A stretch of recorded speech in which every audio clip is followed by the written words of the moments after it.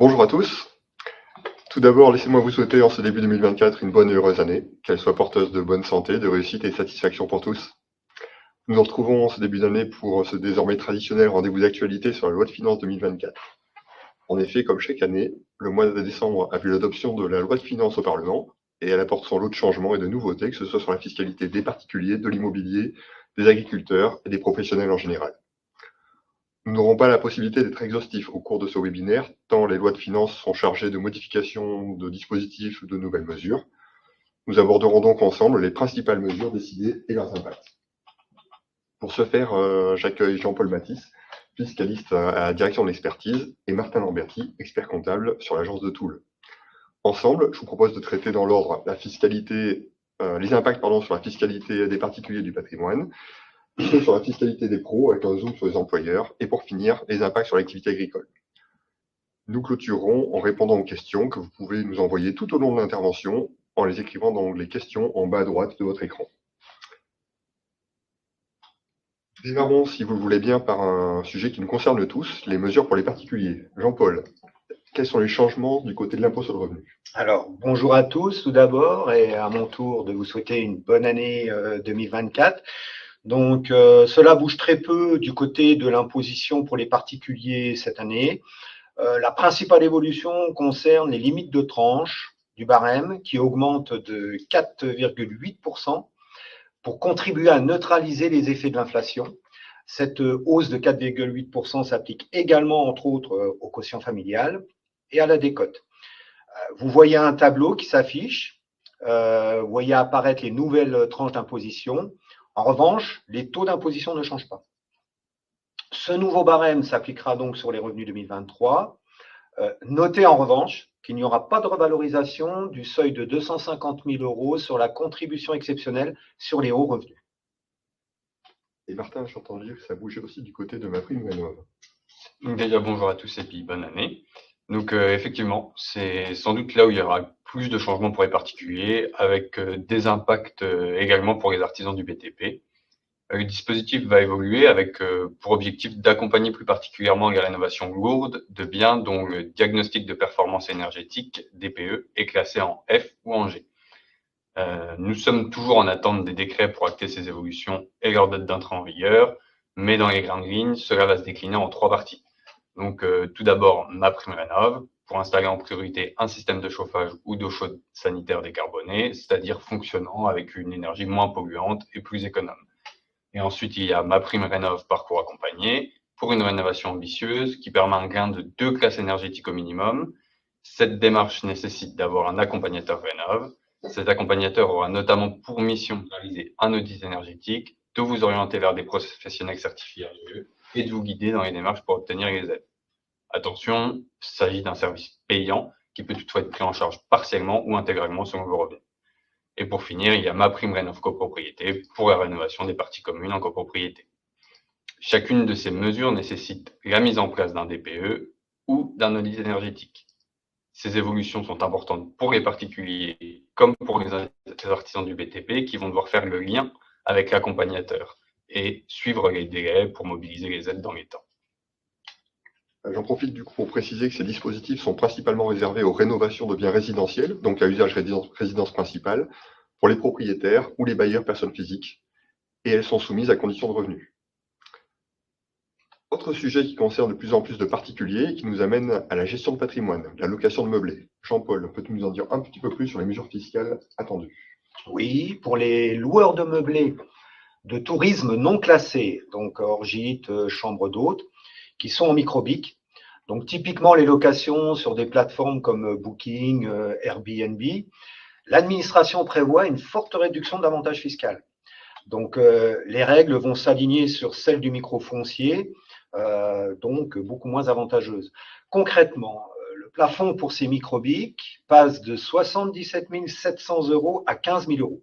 Ce qui veut dire qu'au-delà de 15 000 € de recettes, vous devrez passer en régime réel et donc quitter ce statut de micro-entreprise. Et de ce fait, vous devrez également tenir une comptabilité commerciale. De plus, l'abattement qui est prévu pour les microbics passerait quant à lui de 50 à 30%.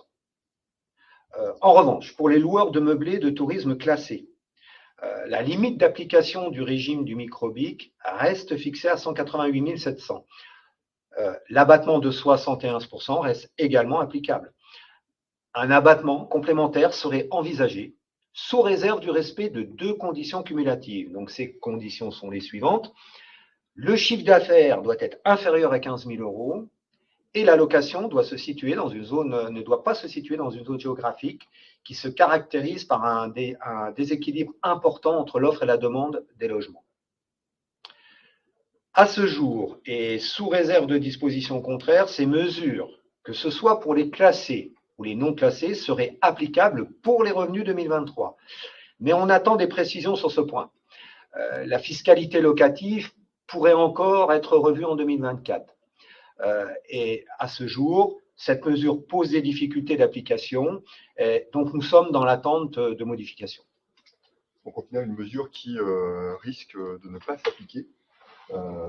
Néanmoins, en l'absence de modification, les délais sont assez contraints, elle reste d'actualité en l'état. On espère une évolution avant les déclarations de revenus. Est-ce qu'il y a des changements concernant les placements immobiliers, Martin? Oui, on peut noter 2 changements. Donc, le premier sur les plans d'épargne retraite. Il faut savoir que depuis le 1er janvier 2024, il n'est désormais plus possible d'ouvrir un PER pour un mineur ou d'effectuer des versements dessus. Pour compenser, un nouveau produit d'épargne sera créé à partir du 1er juillet 2024 en contrepartie pour les jeunes de moins de 21 ans. Il s'agit du plan d'épargne avenir climat ou PEAEC. Il prendra la forme soit d'un contrat de capitalisation, soit d'un compte à terme, avec un plafond qui reste à définir, mais qui devrait rester proche de celui du livret A. Ces produits ne seront pas soumis à l'impôt sur le revenu ni aux prélèvements sociaux, mais ils resteront réintégrables au revenu fiscal de référence à la clôture du produit, c'est-à-dire à l'âge de 30 ans au maximum. Un décret doit encore paraître pour en définir les modalités de fonctionnement. Très bien. Toujours côté patrimoine, nos conseillers en gestion de patrimoine et nos juristes proposent régulièrement et mettent en place régulièrement des pactes du trade pour nos clients. J'ai cru comprendre qu'il y avait également des évolutions d'actualité sur ce dispositif. Alors en effet, le pacte du trade n'évolue pas en tant que tel, mais la loi de finances 2024 apporte quelques précisions, et notamment une sur le cas particulier des locations meublées et une sur les holdings animatrices. Mais avant de parler de ces 2 précisions, un petit rappel sur l'utilité du pacte du trade. Donc, ce dispositif permet de bénéficier d'un abattement de 75% sur la valeur soumise aux droits de mutation à titre gratuit, et ce, sans limitation de montant. Donc, cet abattement est valable pour la transmission par donation, mais également en cas de décès. Dans le cas, donc les 2 précisions qui sont apportées par la loi de finances, dans le cas des locations meublées et équipées, la loi de finances 2024 confirme qu'elles ne sont pas éligibles au pacte du trade. Deuxième précision, pour ce qui est des holdings, la loi de finances vient clarifier un flou définissant de façon spécifique les holdings animatrices qui sont éligibles au pacte du trade. Très bien. Sur ces points spécifiques, en particulier sur le pacte du trade, je vous renvoie d'une part au webinaire qui a eu lieu l'année dernière sur ce point. Il est disponible sur notre chaîne YouTube. D'autre part, pour les cas individuels, le plus simple, c'est vraiment de solliciter nos conseillers. Ils pourront étudier votre propre situation et construire avec vous un plan d'action adapté à votre transmission. Autre point technique, l'IFI, l'impôt sur la fortune immobilière, pour lesquels les règles évoluent également. Alors oui, une évolution est en effet apportée sur la valorisation des parts de société. À compter de l'IFI 2024, pour valoriser les titres de société, seules les dettes affectées à un bien immobilier seront déductibles. Donc en seront désormais exclus le financement de la trésorerie ou des comptes courants associés. Là encore, si vous êtes concerné, vous souhaitez avoir des renseignements là-dessus, n'hésitez pas à contacter nos conseillers qui sont là pour vous accompagner. Je vous propose de passer maintenant à la partie fiscalité des professionnels. Nous en avons parlé largement en 2023. La facture électronique obligatoire qui devait entrer en vigueur en juillet 2024 pour toutes les entreprises a été reportée. La loi de finances a précisé les nouvelles dates de déploiement. L'obligation d'émettre les factures en format électronique va s'appliquer dès le 1er septembre 2026 pour les grandes entreprises et les entreprises de taille intermédiaire, et à partir du 1er septembre 2027 pour les PME et TPE et micro-entreprises. On avait une date initiale au 1er janvier 2026. Cependant, L'ensemble des entreprises, donc grandes entreprises, petites entreprises, TPE, micro, devront être en mesure de recevoir les factures électroniques à partir du 1er septembre 2026. Là-dessus, je vous invite, si vous n'avez pas pu assister à nos réunions de décembre sur le sujet, à regarder les vidéos qui présentent cette réforme sur la facturation électronique. Elle est disponible, elle aussi, sur notre chaîne YouTube. Martin, quelles sont les autres mesures qui concernent les entreprises? Alors, il y a 3 principales autres mesures. Donc, tout d'abord, la CVAE, cotisation sur la valeur ajoutée des entreprises, évolue. Alors, la CVAE, elle concerne les entreprises qui réalisent un chiffre d'affaires supérieur à 500 000 € et elle devait être supprimée en 2024. Sa suppression est finalement repoussée à 2027 avec un abaissement progressif des taux. La cotisation minimale de 63 €, elle, est supprimée, ce qui, dans les faits, va réduire, voire supprimer la CVAE pour beaucoup de TPE-PME. Un autre changement, la franchise de TVA pour les entreprises qui travaillent avec d'autres pays de l'Union européenne. Son fonctionnement va désormais se calquer sur la réglementation européenne. Les entreprises qui réalisent moins de 100 000 € de chiffre d'affaires dans les pays de l'Union européenne pourront bénéficier de la franchise de TVA dans les pays où leur chiffre d'affaires est réalisé. Et enfin, une troisième évolution majeure, c'est celle des avantages accordés aux entreprises qui s'installent en zone de revitalisation rurale, les ZRR. Pour rappel, les entreprises bénéficient de façon temporaire et sous condition d'exonération d'impôt sur le revenu, d'impôt sur les sociétés, de CET, de taxes foncières et de certaines cotisations patronales. Ce dispositif était censé s'arrêter fin 2023. Ces avantages sont prolongés jusqu'au 30 juin 2024, sachant qu'un nouveau dispositif appelé France Ruralité Revitalisation sera déployé à partir du 1er juillet. Mais nous serons amenés à revenir vers vous sur ce dispositif dans nos futures publications. Merci pour ce tour d'horizon. Avant de passer aux évolutions qui concernent plus particulièrement les agriculteurs, est-ce qu'il y a des changements notoires pour les employeurs? Alors, il n'y a pas d'évolution majeure pour les employeurs. Il y en a quelques-unes malgré tout. Le SMIC et le plafond de la sécurité sociale ont été revalorisés au 1er janvier pour tenir compte de l'inflation. L'aide gouvernementale de 6 000 € versée aux employeurs qui embauchent un jeune durant sa première année d'apprentissage est prolongée en 2024. Et enfin, un sujet qui suscite de nombreuses questions de votre part, la prime de partage de la valeur, PPV, évolue quant à elle. Elle peut désormais être accordée 2 fois par an. Les plafonds d'exonération de cotisations sociales sont cependant maintenus à 3 000 € par salarié et par an, ou 6 000 € sous condition. En revanche, pour les entreprises de moins de 50 salariés, ce qui vous concerne majoritairement, l'exonération d'impôt sur le revenu, de CSG et de CRDS n'est maintenue que pour les salaires qui sont inférieurs à 3 fois le SMIC par an. Pour les entreprises de plus de 50 salariés, il n'y a plus d'exonération d'impôt sur le revenu, de CSG et de CRDS. D'ailleurs, sur ce point, notre prochain webinaire aura justement lieu sur le sujet de la PPV et permettra d'approfondir ce sujet. Passons maintenant à la dernière partie de notre webinaire, les mesures pour les agriculteurs. Jean-Paul, peux-tu nous les présenter, s'il te plaît? Alors oui, donc je vous propose de démarrer par la principale mesure qui concerne l'exonération des plus-values. Donc, un seuil d'exonération est créé spécifiquement pour les activités agricoles. Donc, les plus-values font désormais l'objet d'une exonération totale lorsque les recettes sont inférieures ou égales à 350 000 €. Je vous rappelle que le précédent plafond était de 250 000 €. Et les plus-values vont faire l'objet d'une exonération partielle et de manière dégressive lorsque les recettes seront comprises entre 350 000 € et 450 000 €. Le précédent seuil était de 250 000 € et 350 000 €. Donc, très important, cette mesure a un effet rétroactif.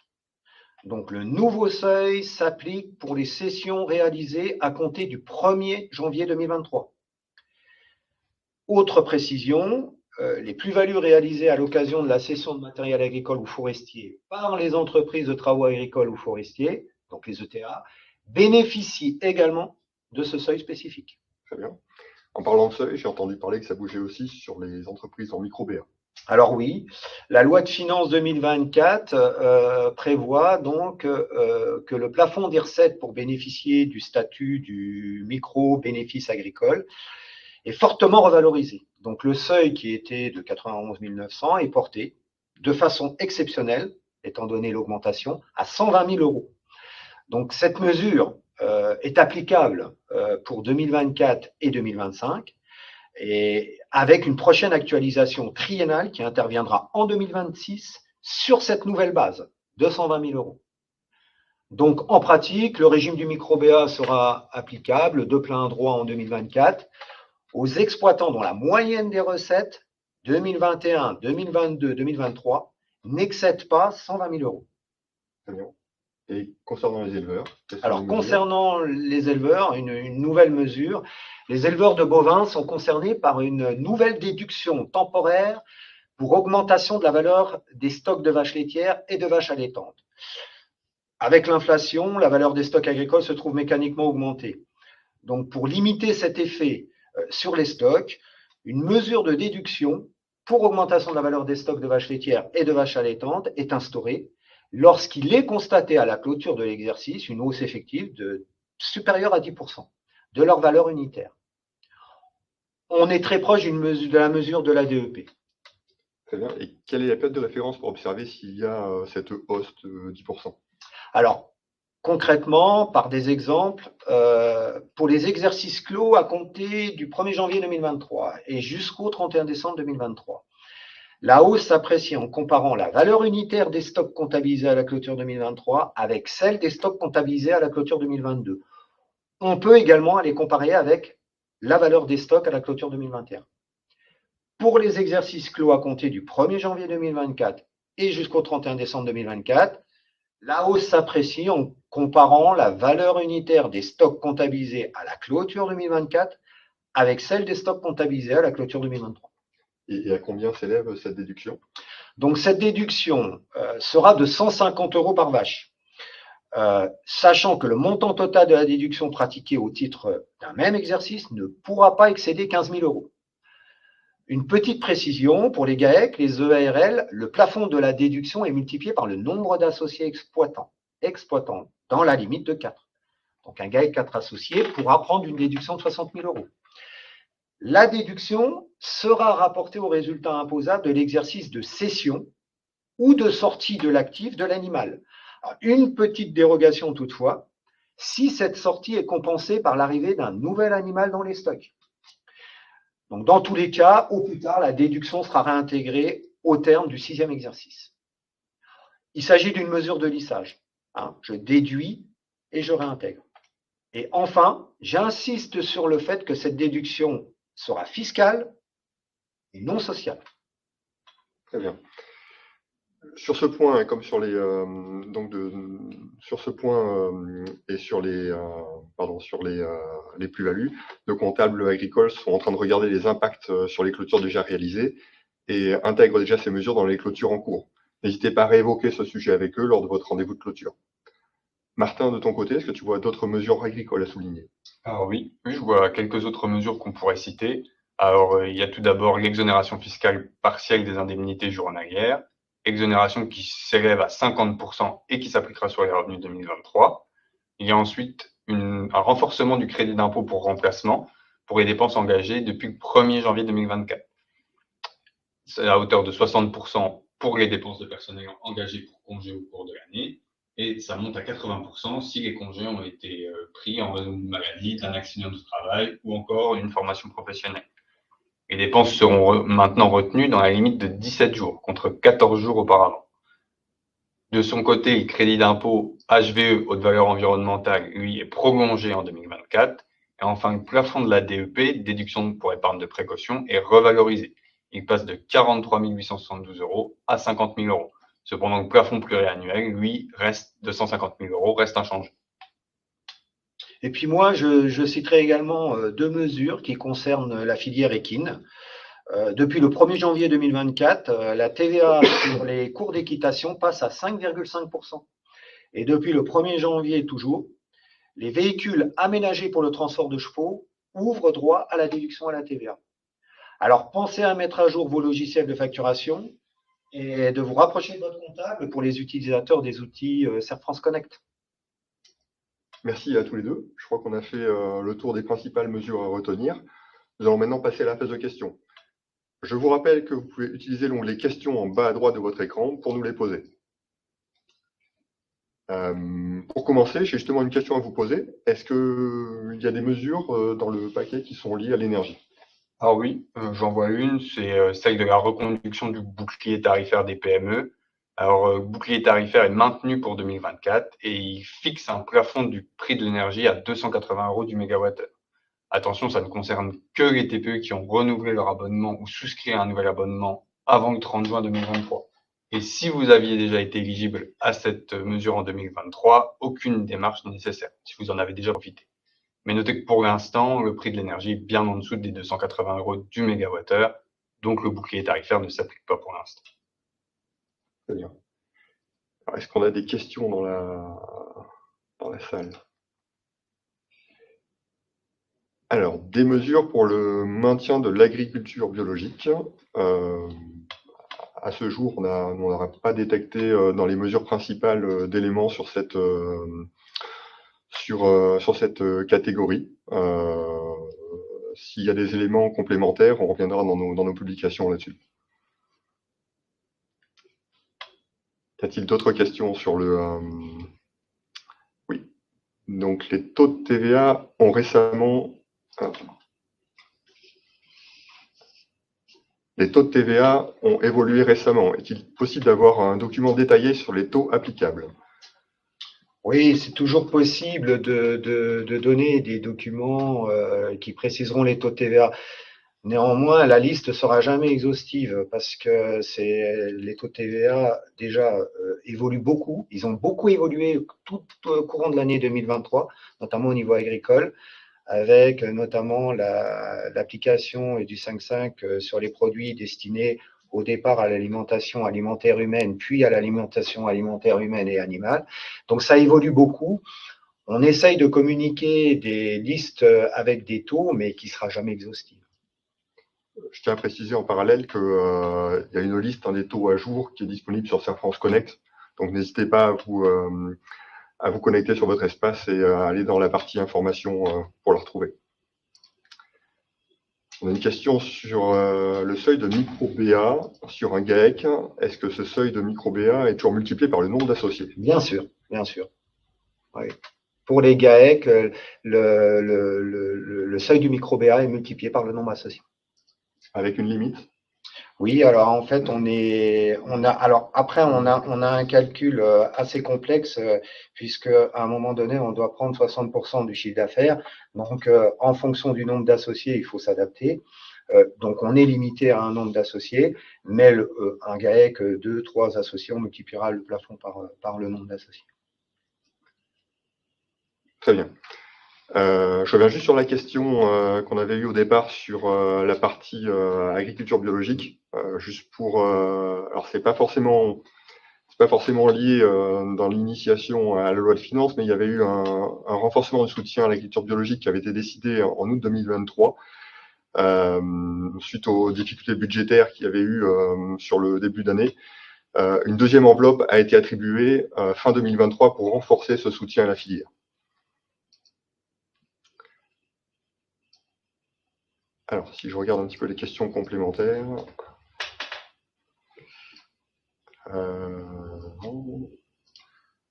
Donc, des questions sur les taxes sur les véhicules. Martin. Le seuil pour déclenchement du malus sur les émissions de CO2 a augmenté, a diminué sur l'achat des véhicules neufs. Et l'ensemble de la grille de pénalité est revu à la hausse. Et il y a également des évolutions sur la taxe annuelle sur les émissions de CO2, donc l'ancienne TVS. Elle voit également son barème augmenter. Et il en va de même pour le malus poids. À savoir qu'à partir du 1er janvier 2025, les véhicules hybrides seront également concernés par le malus poids, avec un abattement. Merci.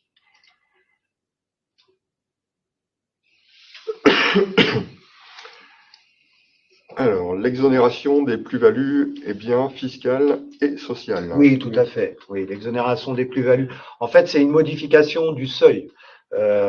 C'est pas une modification de la règle d'exonération dans son ensemble. Donc, on joue sur le seuil.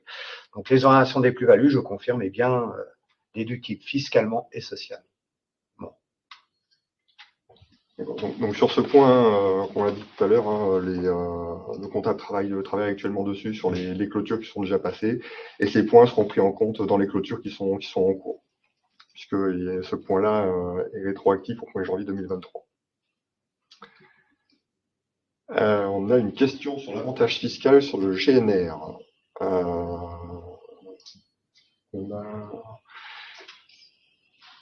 Alors là-dessus, ils font référence à la TIPP.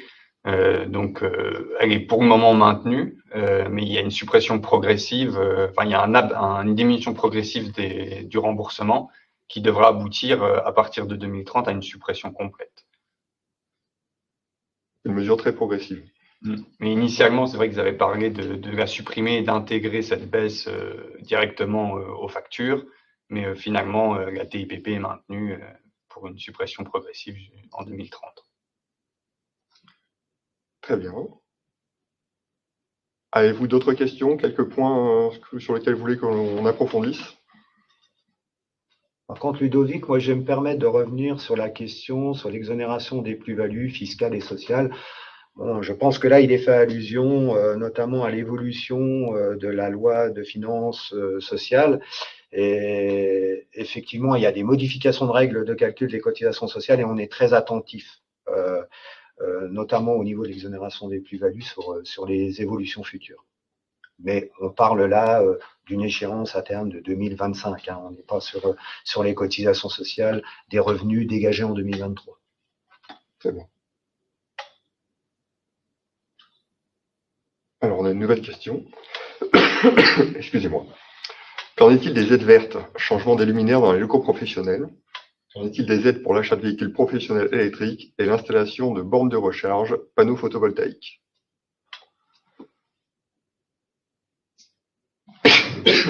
Excusez-moi. C'est des mesures spécifiques qui n'ont pas été mentionnées dans la loi de finances. Alors après, c'est à voir peut-être au cas par cas et en parler avec votre comptable. Mais dans la loi de finances, il y a eu l'installation d'un nouveau crédit d'impôt, mais c'est uniquement pour les entreprises qui produisent, par exemple, des panneaux photovoltaïques, des batteries. Donc ça n'a rien à voir avec ce que vous mentionnez là. En revanche, pour l'installation de bornes, il y a en effet des mesures qui sont prévues pour les entreprises. Là-dessus, donc il y a un crédit d'impôt en fait pour l'acquisition et l'apport du système de charge pour les véhicules électriques qui a fait l'objet d'une modification. Donc, pour les dépenses réalisées au 1er janvier 2024, il y aura un crédit d'impôt qui va être éligible pour les systèmes de charge non pilotables. Les systèmes de charge non pilotables ne seront plus éligibles à ce crédit d'impôt. Seuls les systèmes de charge pilotables pour les véhicules électriques seront éligibles, qui permettront justement d'éviter les pics de consommation entre 18h et 21h. Le montant maximal du crédit d'impôt a lui aussi été revu. Il passe de 300 à 500 euros.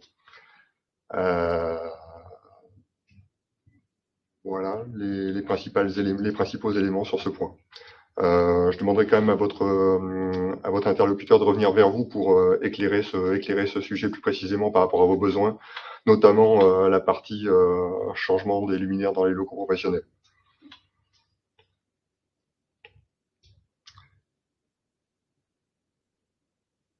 Alors, le prolongement du crédit d'impôt HVE concerne également l'agriculture biologique. Quel serait le montant maximum du crédit d'impôt? Si vous êtes si vous êtes en agriculture biologique et que vous êtes sorti de votre période de conversion, normalement vous êtes déjà éligible au crédit d'impôt agriculture biologique qui n'est pas cumulable avec le crédit d'impôt HVE.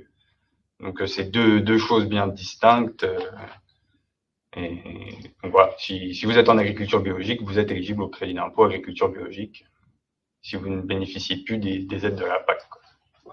Donc ces deux aides ne sont pas cumulables? Non, ils ne sont pas cumulables. Non. Et le crédit d'impôt HVE, à l'heure actuelle, il est de 2500 euros.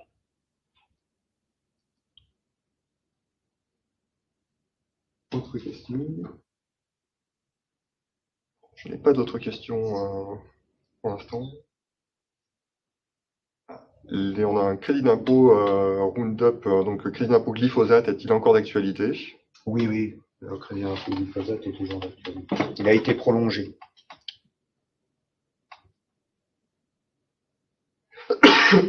Très bien. Bon. Excusez-moi. Donc, avez-vous d'autres questions sur lesquelles on puisse rebondir? À défaut, on va donc clôturer ce rendez-vous. Je vois qu'il n'y a plus de questions. Merci donc à tous pour votre attention. N'hésitez pas à solliciter nos comptables et nos conseillers si vous avez des questions complémentaires. Nous vous donnons rendez-vous le mois prochain pour notre nouveau webinaire, donc qui sera porté sur la prime partage de la valeur qu'on a abordée tout à l'heure. Merci à tous et à bientôt. Au revoir à tous.